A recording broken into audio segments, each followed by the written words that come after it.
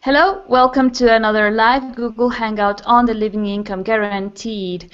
And today we will be discussing a hot topic that has been going on throughout this month based on an article written by Zwolinski. And we have entitled this Hangout specifically because we will be talking about his essay that is called The Pragmatic Libertarian Case for a Basic Income Guarantee. Now, we have to create a disclosure here that we won't be specifically going into whether it is a purely libertarian cause or proposal, but we are mostly going to talk about it from the perspective of Matt's thoughts on the basic income and in contrast or in accordance to our own proposal, which is the Living Income Guaranteed, which I remind you, it is an economic, political, and social suggestion and model that could be implemented at a national basis in any country of the world to precisely endorse the guaranteeing of living rights to human beings and as well as improving our general well-being. So to discuss this, we have our guest, who is Maite Zamora Moreno. Hi, Maite. Hi, everyone.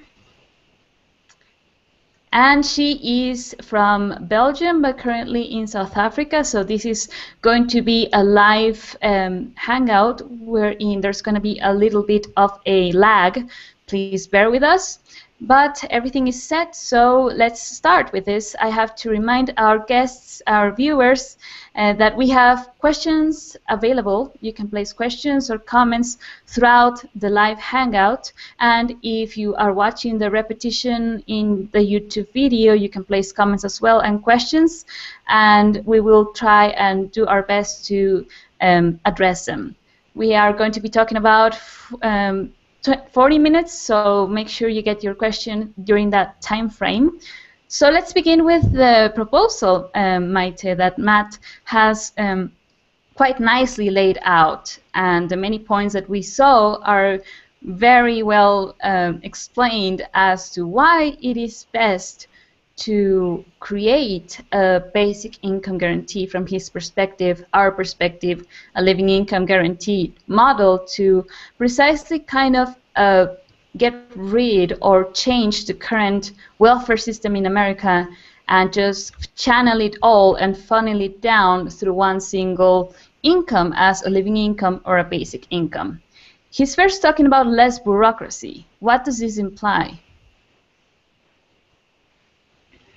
So with less bureaucracy, he's referring to the situation in America at the moment where there is 126 welfare programs that are available for people based on specific conditions, targeted towards specific audiences and individuals in certain situations. So from his perspective, he sees that it makes more sense to, instead of having 126 welfare programs, and obviously educating everyone about what these welfare programs are, getting people to know what they can apply for, what they can't apply for, the lengthy procedures they must go through to be able to qualify for each of the welfare support systems, to rather just have one general welfare support system as a basic income, where every person, in some manner, he doesn't specify which proposal he prefers. He's just talking in a general sense of all the basic income proposals, so not specifically the universal basic income or the negative income tax. He's just saying in general, let's just make sure everyone has a certain minimum income. Instead of putting in all the effort continuously of creating new welfare programs, monitoring the people who are receiving the benefits, are they still adhering to the conditions, having to go, it's a lot of bureaucracy that goes into it. It's spread over many departments politically. There's many departments at work in your bureaucracy where you have the housing department, you have this department, that department, and they're all working kind of actually on the same thing. You want to alleviate poverty, but it's so fragmented that people don't even know what is out there. especially if you look at it's the poor people you want to help, right? How are they supposed to know all the things that are available for them, where they should go, where they need to apply?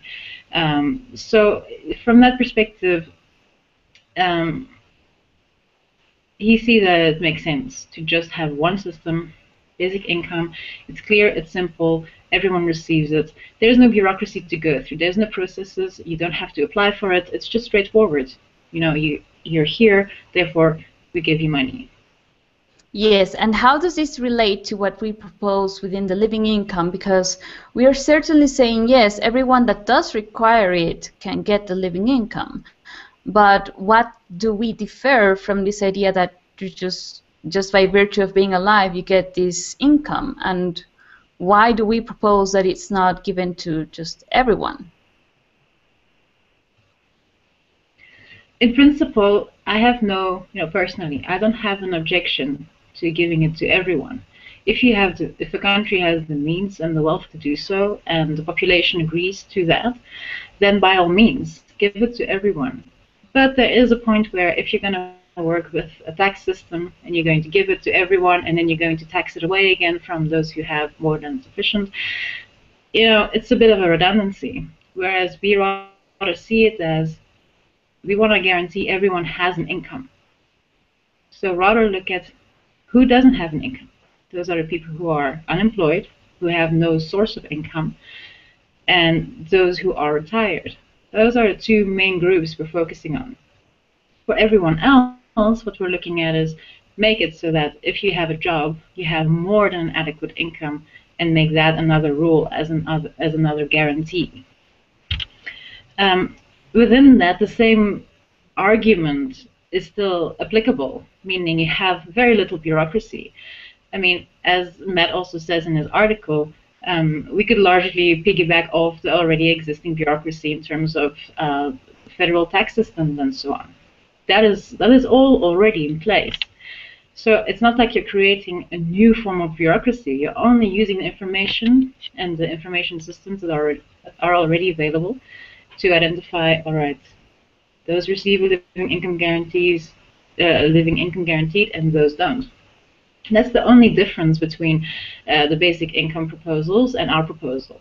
So when we're saying that we're not making it unconditionally available, meaning we're not giving it to everyone, we don't mean that we are going to subject every person to extensive mean testing. I mean, then you're looking at the current welfare system, and we do also agree that we should step away from that because there's a lot of time going into that. It's quite, well, we go into this topic later, but it is quite paternalistic and invasive. And it's not necessary. Rather, give those who don't have money the money. I mean, that is the basic point.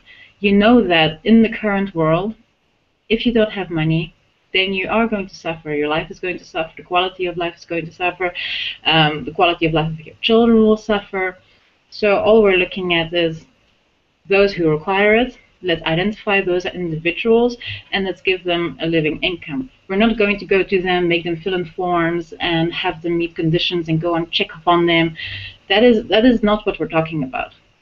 So, but yes, that is the difference we're looking at between the basic income proposals and the living income proposal.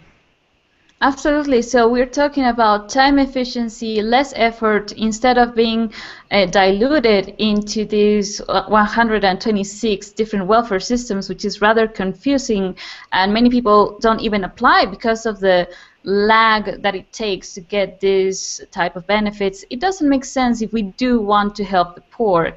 And this doesn't mean only like the redistribution of wealth. We are talking about guaranteeing people's right to life, which is what we also very much agree. So let's get on to the next point, which is why does Matt say that it is actually cheaper? And how do we also agree with that? Cheaper, that argument flows largely from the previous argument of less bureaucracy. If you have less bureaucracy, it takes, you're paying all these people to go and do these jobs of administering and checking and, going out there to get people to get their grants and to make sure that they stay in line and they are adhering to the rules. All of that takes a lot of effort. So whatever takes a lot of effort takes a lot of money. If you have a very simple, clear-cut system, it can be largely automated, which means that it doesn't cost a lot. So then you have the other point, of course, that whenever you have a lot of people involved, then there's always the risk that the money is not going where it's supposed to go. Because we unfortunately live in a world where people tend to think of themselves first and of others later, or maybe not at all. So if you have a lot of people involved in such processes, then at each step of the way, money might just disappear, where you as a citizen are now agreeing to have welfare in your society, and you're agreeing that this amount should be allocated to it. But then you don't really know how much of that is actually going to those who need it and where it's all going. So from that perspective, yes, a basic income or a living income proposal would be cheaper because it is less complex, it is straightforward, can be automated, which comes down to it's not going to cost as much. Absolutely, and also when we look at the whole outflows and consequences of poverty, such as further programs for healthcare systems that can address the consequences of people living in poverty, or people living without any homes, which is quite a prominent situation in America, that takes a lot more money to manage because of the criminality that also ensues from this. So if we look at the holistic perspective, it is also cheaper from the perspective that if $1 trillion is already being spent on welfare system in America, that $1 trillion can instead be genuinely funding this living income or a basic income, and also prevent all of these outflows of social and economic problems that become very consequential at a social level and worldwide level at the same time, as a worst case scenario type of outflow of a failed capitalistic system. And so that can also be another reason why it becomes a cheaper, let's call it more efficient inversion from the people's money to support people and prevent further consequences and problems. Let's look at another aspect which is quite prominent currently in all our systems, which is what he addresses as there will be less political rent-seeking or manipulation. What does he say about this? Well, this again has to do with your bureaucracy and where people can be addressed to have you. How am I going to explain this? It's the basic principle of you do a favor for me, I'll do a favor for you. So if you can contact a person within the bureaucracy and say, look, you get this benefit through, you have it so that this certain law is passed, which gives me a certain advantage. I promise you this, this, and this. Personally, you as a person, I will promise you that, that, and that. So if you have a system that operates through various different individual programs, then there is a means, it creates a nice, nutritious soil for rent-seeking. Because that is how it works. You can have any interest group ask for one specific welfare program that is in their interest. And within that, you can skew legislation, you can skew everything, all efforts that are happening in favor of just those interest groups, which are interest groups that then are politically active or have the means to somehow place pressure on the administration to get their own personal benefits. So then you're looking at everything that passes, everything that is done is only done for those people, for just a few, in essence. You're not looking at everyone. And you're definitely not looking at those who don't have the political and economic means to put pressure on the legislation or on the administration. So it's very, very, you're going to get very skewed results. And it's, you don't want political rent-seeking. Those people in administration are not there for their own personal benefit and enrichment. So rather have a system where you have as least possible human interaction where it's very simplistic, very straightforward, very much automated, so that you don't get the situations where power is abused for personal interests, because it will always be an inefficient allocation of resources. So it's a cost for the whole of society if you have these practices going on. So from that perspective, both the basic income and the living income guaranteed proposals would reduce rent seeking, because it's not targeted for specific groups. You cannot tailor your own little welfare or your own little guaranteed income. It's the same principle applies to everyone, no exceptions. So from that perspective, yes, it would reduce rent seeking, it would reduce social costs, and so from that perspective, it would benefit everyone.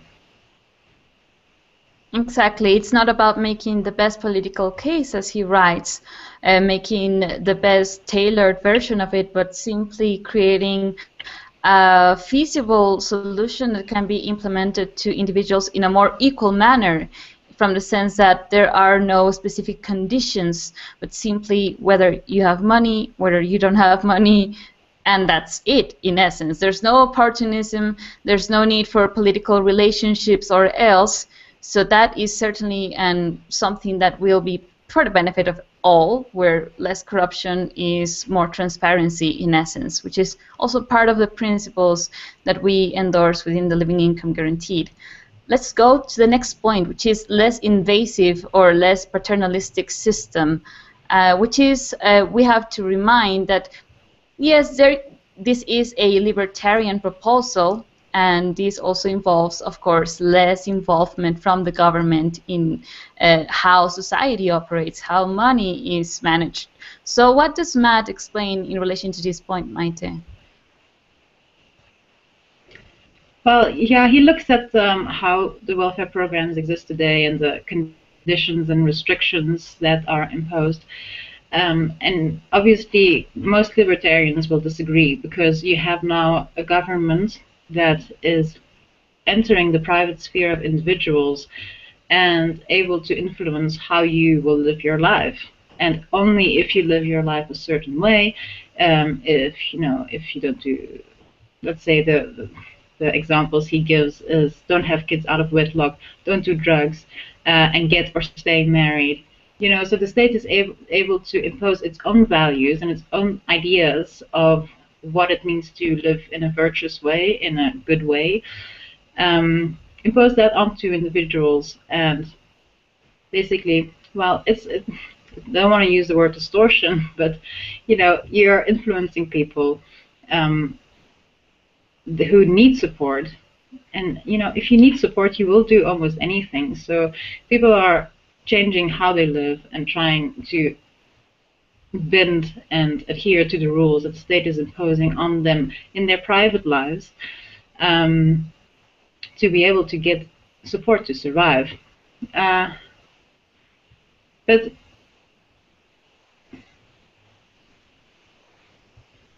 from my perspective, a lot of the problems that we don't agree with in society are problems that mostly spring from poverty, from having a lack, from not being considered within the system, and having to struggle every day, where you get problematic behaviors such as doing drugs, such as becoming deceptive. All those points can be prevented largely through having economic stability, knowing that every single day of your life you will have enough.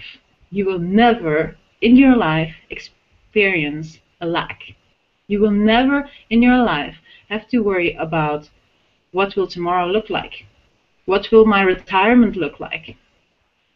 When you look at the news and all the things that are happening, a lot of people go through these fears. You don't know if you'll have a job the next day. Well, what does that mean for me? If my company goes under, will I have a retirement? Things like that. I mean, those are big problems, and people go through them, and let's say there's not sufficient support for them. So it's to be expected that a lot of individuals will go and grasp at alcohol, drugs, to be able to make it through, to just be able to escape from the reality and things like that. So rather look at the core problem, take it on directly, rather than imposing rules of don't do this and don't do that. I mean, because you're not really assisting a person, you're just telling them that they're not allowed to throw a tantrum, but you're not listening or hearing what it is the tantrum is about.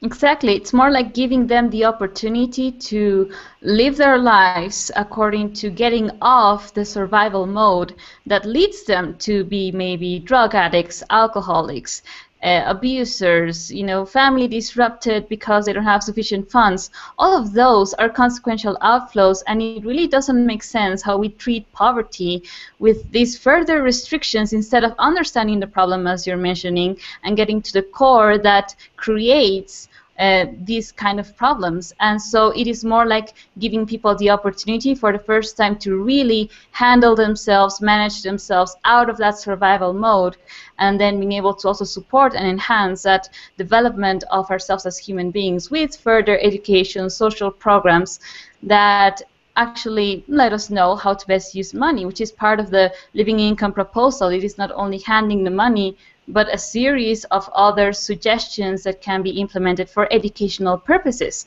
because we understand to what extent we are affected at a psychological level when one lives in that kind of survival mode, which leads to crime, drug addiction, and so forth. So it's not so much to look at the deserving and undeserving individuals, but more about how can we guarantee the living necessities are there, are giving as a living income, as a basic income, and from there we can continue working with individuals for a rehabilitation or to improve our lives generally. So definitely less restrictive, less paternalistic from that sense of taking care or policing you, and more giving that sense of freedom in terms of we give you the money, you have to learn what to do with it.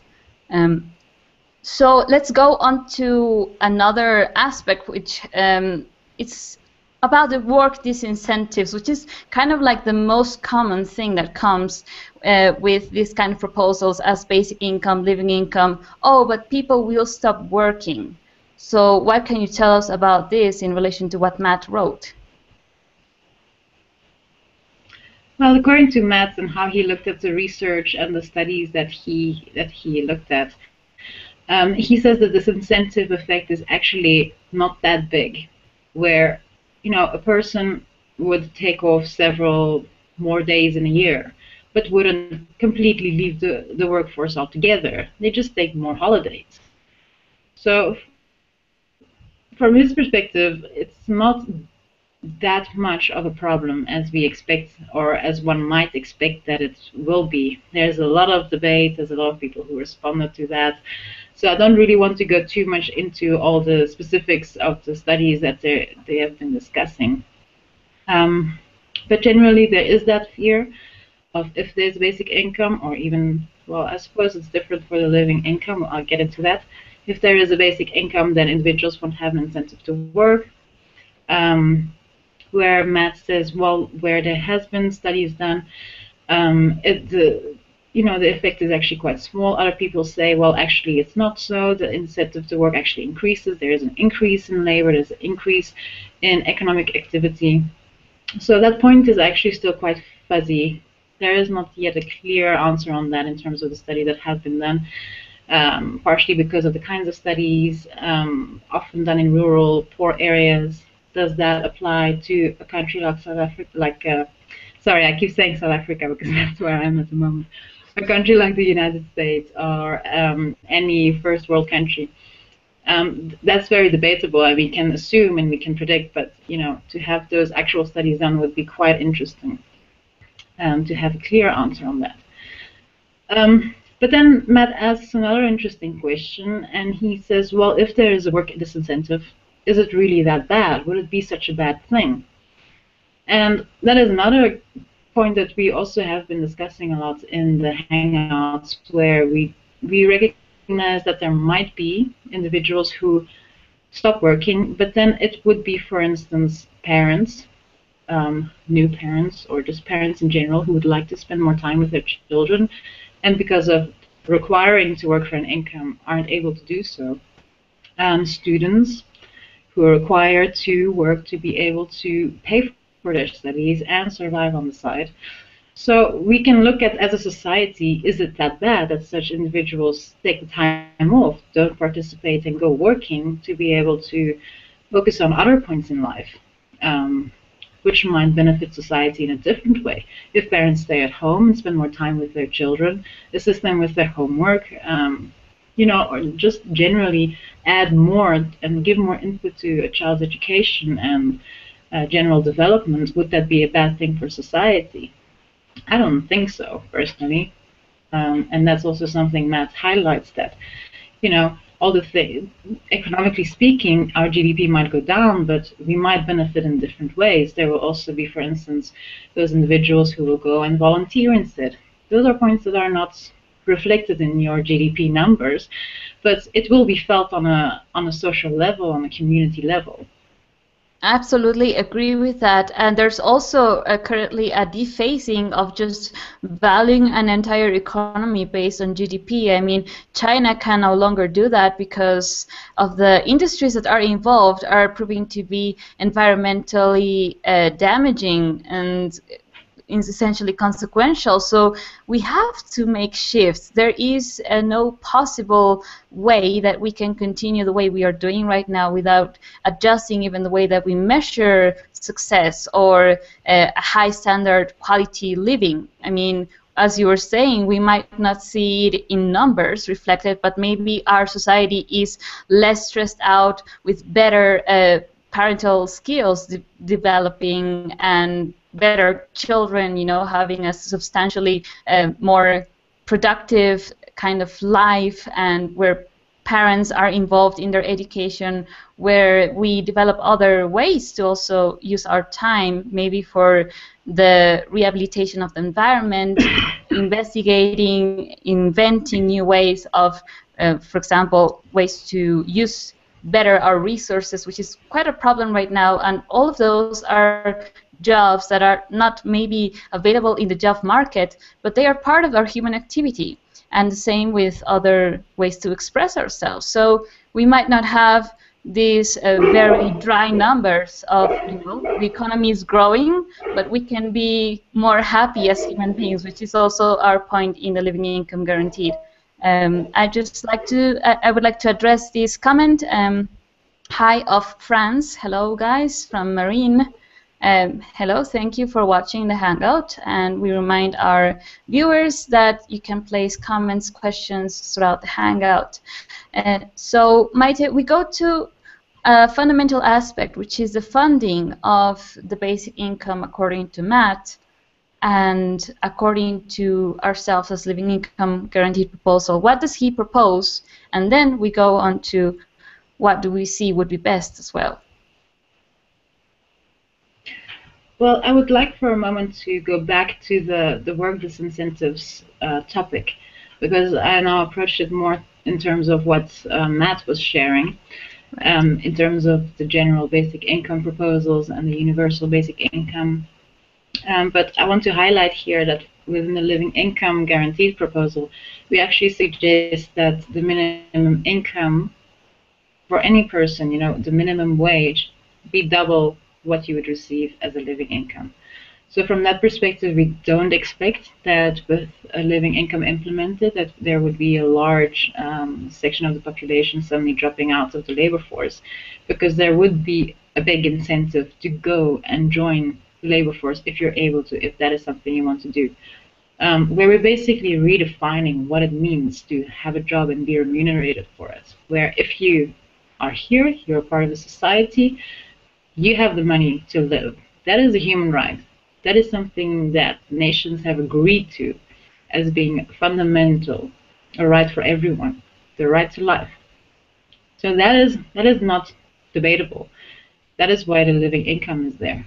Then, if you join the workforce, you contribute to society, to the economy. You're adding value.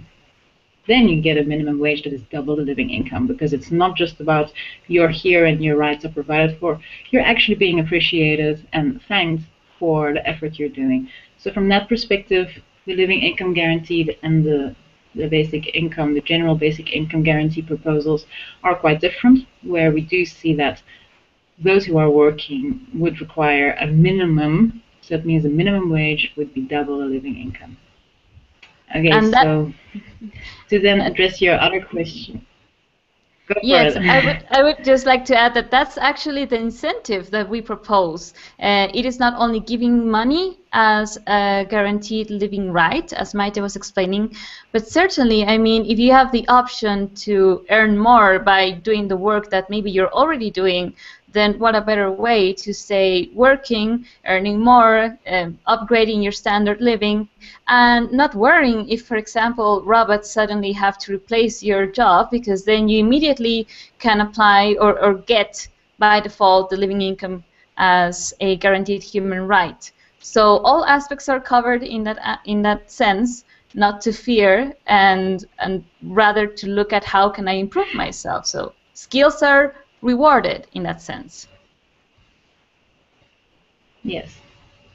Cool. So let's go on to now the last part that we will be discussing in terms of what Matt has described, the funding of the basic income, and then, as we were saying, we will go on to explain how the living income guarantee proposes the funding of a living income or a basic income. So, Maite? Yes, so I mean, in terms of what Matt was looking at, is if you simply replace the welfare programs that are tax funded, if you simply replace them with the basic income, then your tax money would now be allocated to funding a basic income for everyone. Now, what I see as a potential problem within that, not to say that it cannot be done and it shouldn't be done, but I have concerns within it. In terms of making your political proposal viable, is the resentment that might come up within those that are part of your workforce, that have studied I don't know how many years to receive the income that they are receiving, and then seeing that being taxed quite heavily, or maybe the same as now, and being given to, and seeing then those who are not working receive a basic income, it might create problems. I'm not saying that those attitudes and those feelings are valid or not, but it is a reality that, I mean, no one likes to be taxed, for one. No one likes to see money coming in and disappearing again. No one likes that. And then additionally, seeing that someone who does not work would receive an income sufficient to live off of and basically have a normal life, it might cause a bit of resentment there. And I find that is also coming up in a lot of the arguments against the basic income, where, for instance, Robert Frank was giving the example of, well, let's have people, imagine the scenario if you have several people who are not working, receiving a basic income. They now go and live in a community type of style setting. They put all their basic incomes together. They can have a comfortable life, live a life of leisure, basically. And then he brings it back to, what about the dentist who has to go to work every morning, smelling people's bad breath to be able to earn that living and basically fund the lifestyle of those who aren't working. So I'm not saying that the reasoning is valid, but it's worthwhile to note that it's likely that it exists in many, and that it might come up as an argument against a basic income. Because remember, we still live in a political dispensation where those with more resources have more political power. It's not a nice thing, but it is a reality.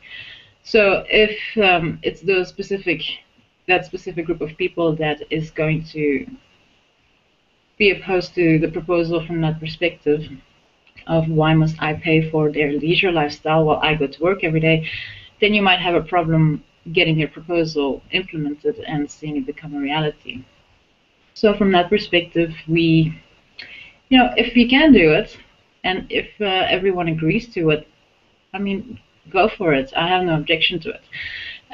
But we do suggest to look at alternatives, such as, for instance,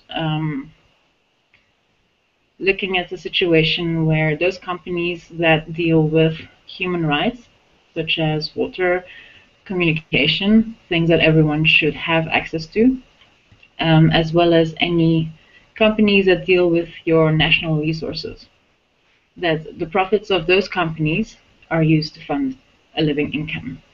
Where even from a libertarian perspective, you have Nozick, who is a libertarian philosopher and who justifies the redistribution of wealth on that principle, the principle of rectification of past mistakes. Where if I look at national resources in a country belonging to one company or even to a foreign company, is that not an injustice to every person in that country? Is that something that was justified at that moment in time where that happened? Wouldn't it be a rectification to bring it back to the citizens?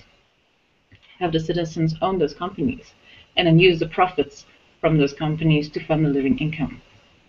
So that is another option that I consider to be more viable, where it's not someone else working to pay for another person's living income, but where it is a nation's wealth, a nation's riches that can provide. I mean, that is something we see in many countries. If you look at the wealth that is within the country, why is that wealth not reaching the citizens, those who need it? Where to us that seems like a logical and a moral way to fund a living income for those who require it. Yes, there is an ethical foundation that is lacking currently in all welfare systems when it comes to funding them mostly through taxation, which I've asked many people, for example, in Europe.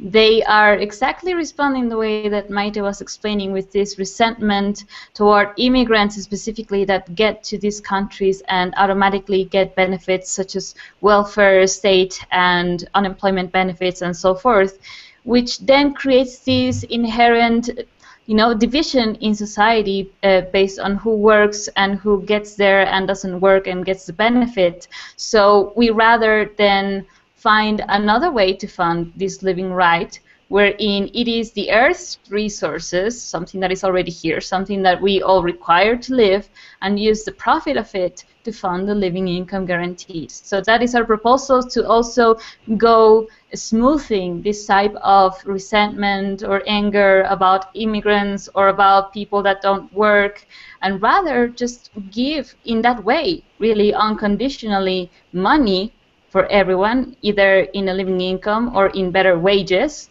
so that we can all just support ourselves to be able to develop our lives in the best way possible, which is then our responsibility as citizens with the giving and receiving process that it entails.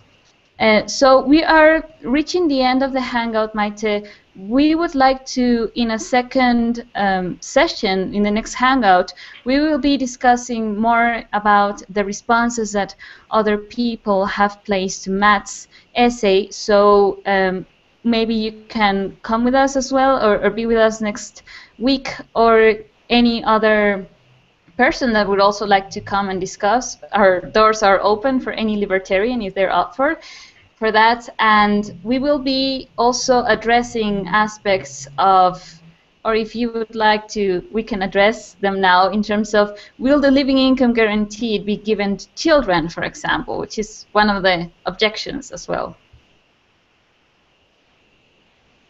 Ideally, I do see that would be very supportive, both in terms of having parents, because initially you would not give the child money directly. I would give it to the parent, and the parent manages it on behalf of the child, and then later on the child becomes the direct owner of the money and can manage it on their own terms.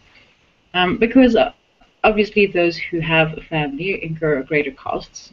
It takes more for a family to be able to guarantee the same living standards for each member of the family. And children are beings, just like everyone else. They are individuals, they are citizens, so they have the same rights. Of course, we're looking at ideals here. Theoretically, principally, ideally, yes, I agree. Practically, pragmatically, it would be for each country to assess what their capabilities are. And if it's possible right away, that would be fantastic. I think that would be very interesting to see how even the dynamics within a family change, if that can be realized, as well as how children from a young age learn how to work with money, which is such an important thing that I find is missing in our current society, where you learn about money at way too late, when you kind of let go and you jump in the deep end and suddenly you realize, oh, what is this money thing suddenly? So I think it would be interesting from that perspective, and definitely it would be beneficial. But for those countries where it's not viable to immediately guarantee a living income, or maybe half a living income to children, then make it something to work towards. It's not because it's not possible right now that you should dismiss it altogether. Rather, look at how to practically work towards it as your economy grows. Because once everyone has a living income, once everyone has money, again reiterating this point that you have more participants within your economy, it's going to have a positive effect on your economy and on the wealth creation within that nation. So from that perspective, we do expect that the living income funding is going to become, it will be able to handle more over time. So, for instance, giving it to children would be very cool. And then maybe later addressing other points such as disability, tailoring it more to individual needs. That again also depends on the technology available to be able to do it in the most automatic way, having all that infrastructure in place. So, we're looking at a very basic principle, and then you can build on that, and build on that, and build on that, so that in the end you have a society that you wish you would, you were born in. That is what we're looking at creating, because we all came into this world, and I'm sure everyone has great expectations and I'm sure everyone had great disappointments too. So what we're looking at is create that world, let's manifest this world and work towards the world that we actually were hoping to be living in, and give that to the next generation. Absolutely, and also as a general conclusion to this point is to also suggest getting past the ideology in itself as libertarianism, or whether it is in fact a libertarian thing to redistribute wealth or give money to people or else, but just look at how we can best use these commonsensical aspects that also Matt has laid out and test them out, apply them out to prove that they can in fact be a point that is best for all, that can benefit our lives and that of everyone else, so that we can genuinely upgrade our current living standard, which is something that we really haven't focused on as a society, which is ludicrous considering the current state that we are living in. So it's to get a little bit beyond the ideology in itself and look at the facts, look at the practicality of it and test it out, which is why we also suggest that this is a political movement, a waking up of our past reality and implementing all of these new aspects and solutions that have yet to be tested out, yes, and specifically in a place like in America, but we all have to then push forward for it. And it all begins at the level of embracing this type of realization. It can be done if we so decide it. So, Maite, any last words to finish our hangout? Last words. Well, I would suggest to go and read Matt's article. I think that would be a cool suggestion. And to not, because I think a lot of people shy away from intellectual discussion. But if you actually go there and you read it, it's very, it's basic things. It just talks about just principles and very, I mean, it's really not that far-fetched or that complicated. Sorry, I have to just turn this off.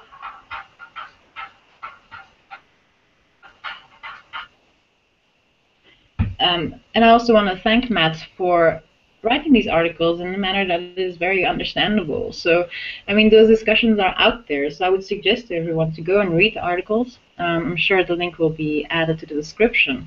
And then you can become part of the discussion, you know, have a look for yourself. Where am I within this debate? What are my concerns? And share it so that it can also be opened up. It can be explored. Solutions can be found. So yeah, I mean, there's these platforms available where these discussions are happening. So, I mean, you're part of this world. So, you know, these are the proposals that are out there for how to change this world. So that would be my last suggestion, to go and read on it and yeah, see what you think and share. Let us hear from you if you have any perspectives or questions or comments or concerns, and then it can be opened up, it can be discussed. Yeah, that's it.